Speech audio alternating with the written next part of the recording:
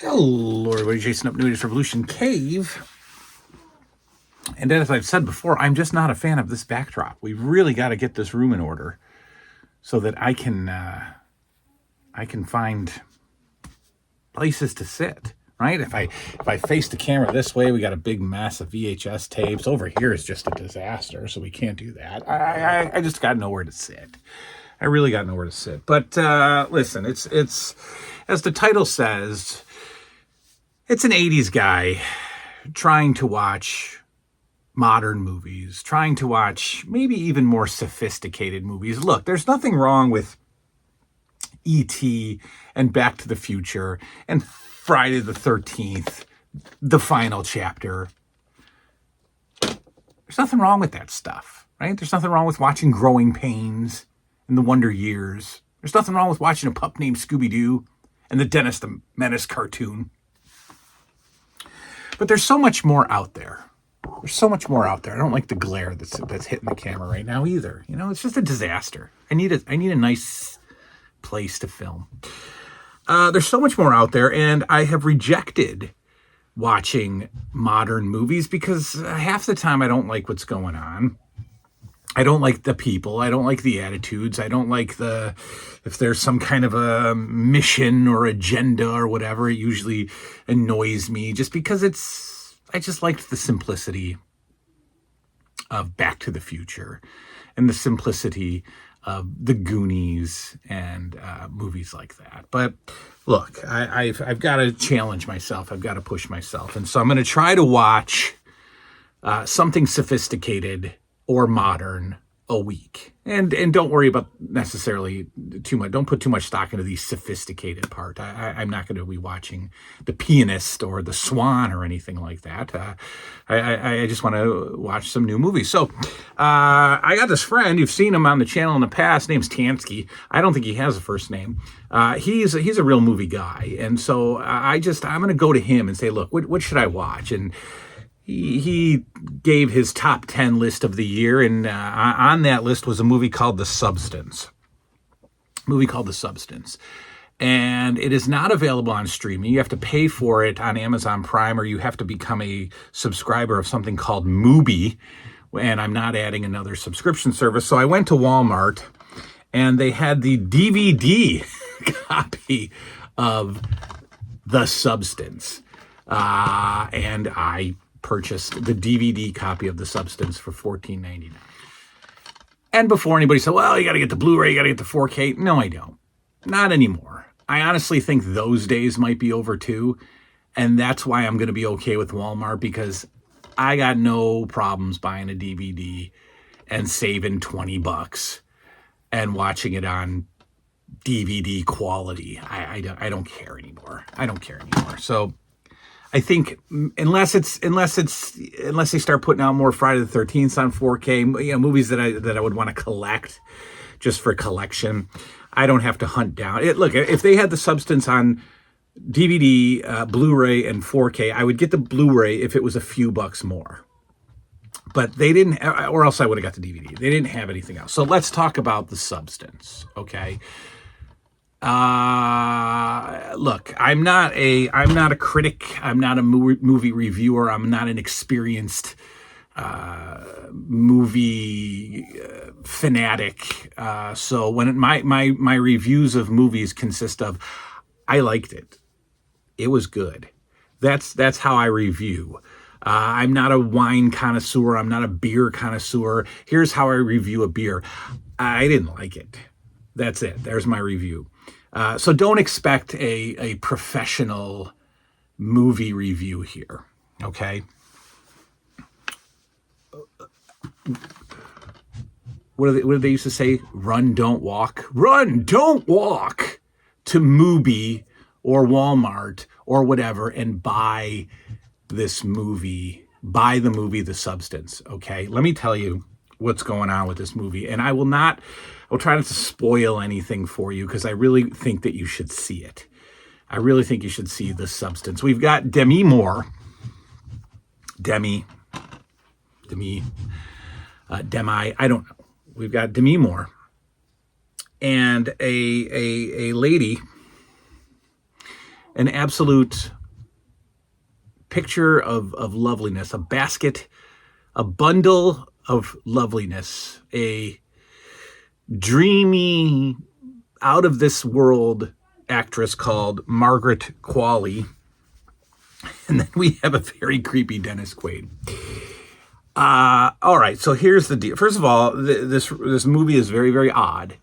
Not in the story. I mean, the story is a separate issue, but the filming of the movie is very odd. It looks very odd. It's filmed in very artistic views and super long, narrow shots, long, narrow corridors, and very odd 70s colors, and just a very strange movie. A lot of facial close-ups, and just very strange. A lot of cut scenes.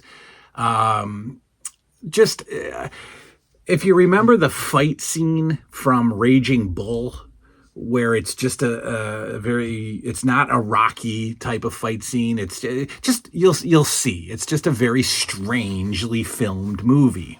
Very strangely filmed movie. Well, let's talk about what the movie's about. Demi Moore is an aging television star, but she's you remember in the 80s they had the exercise tapes and the workout girls, whatever they were called. They would do the aerobics. That's right, the aerobics. They had the television aerobics instructors, right? And they would just dance around and do ridiculous things. And all the moms in America would put their stretch pants on and their whatever, and they would do it in their living room, right? Well, that's what Demi Moore is. She's this famous television aerobics instructor, and she's aging, right? And she doesn't quite have the look anymore. And her early on, you get to experience her experiencing her body. There's a lot of bodies in this film. There's a lot of unclothed bodies, and one of them is Demi Moore, and that might excite people, and for the rest of us, it doesn't. I'm not trying to be disrespectful, but you get to see a lot of Demi Moore's nakedness at what? Mid to late 50s, 60s now. So she's putting herself out there. She's going for it. She's taking on this new role, and she's putting her body out there. Well, the whole point is she doesn't look as good as she once did. And the network executive, played by Dennis Quaid, is a very, just a slimy, you got to see it. He's just this over-the-top, slimy guy. And the whole movie's over the top with the way it's filmed. But Dennis Quaid is over the top, slimy executive who wants a new aerobics instructor, basically. And he fires Demi Moore and goes on the hunt for a new instructor. Well, Demi Moore is supernaturally called on the telephone by this unknown voice, this voice on the other phone that says, you can do this substance. You can inject this substance into your body, and you can basically become young again.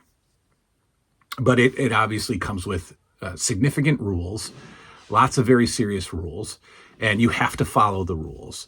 And so she does it. She does it, and out of Demi Moore, literally, is birthed Margaret Qualley. My goodness. You can't even be like a dude and be like, oh, she's hot. Margaret Qualley's not hot. She's otherworldly. She's incredible. It's just, there's just so much about her that is so great to just watch and stare at. And I don't mean that in a pervy kind of way. She's just intoxicating, Margaret Qualley. Well, Margaret Qualley is basically the younger Demi Moore clone that, again, hatched from Demi Moore. What happens is you have to feed your previous body, and you have to switch back every 7 days. And your new self goes away, and then Demi Moore comes back. And if you don't do that, bad things happen, right? Bad things happen, and eventually, the young Demi Moore, Margaret Qualley, is having too much fun. She's having too much fun, and she does not want her old self to come back. And that's when things go horribly wrong. This is one of the grossest movies I've ever seen. It is one of the grossest movies. I get grossed out sometimes, like gross stuff, spit or throw up or just sounds. There's a scene in this movie that involving teeth, and I had to look away. This is an extremely gross movie that takes from so many other movies. In this movie, you will pick up other movies. I got The Shining. I got Dead Alive. Remember Dead Alive? How did Dead Alive end? That's right. I got Dead Alive. I've got Carrie. I've got The Elephant Man coming through, right? Psycho. Did I say The Shining? Yeah, The Shining. This is a gasp out loud movie. Okay? Don't worry about jump scares. There's no jump scares. You will gasp while watching this movie. You will make noises while watching this movie. Is what you will do while you're watching this movie. Okay?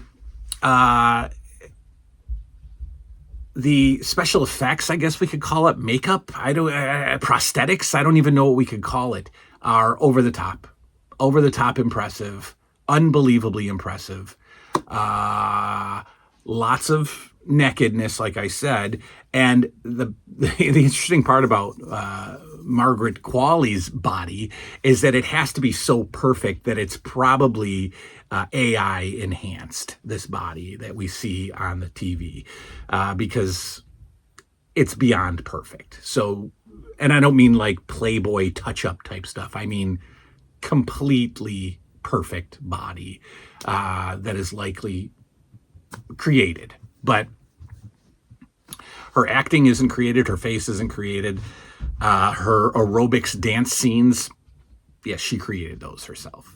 And the movie's intoxicating, period, for so many different reasons. It's incredibly intoxicating movie. The way it is shot is intoxicating. The cut scenes are intoxicating. The grossness, the intensity is intoxicating.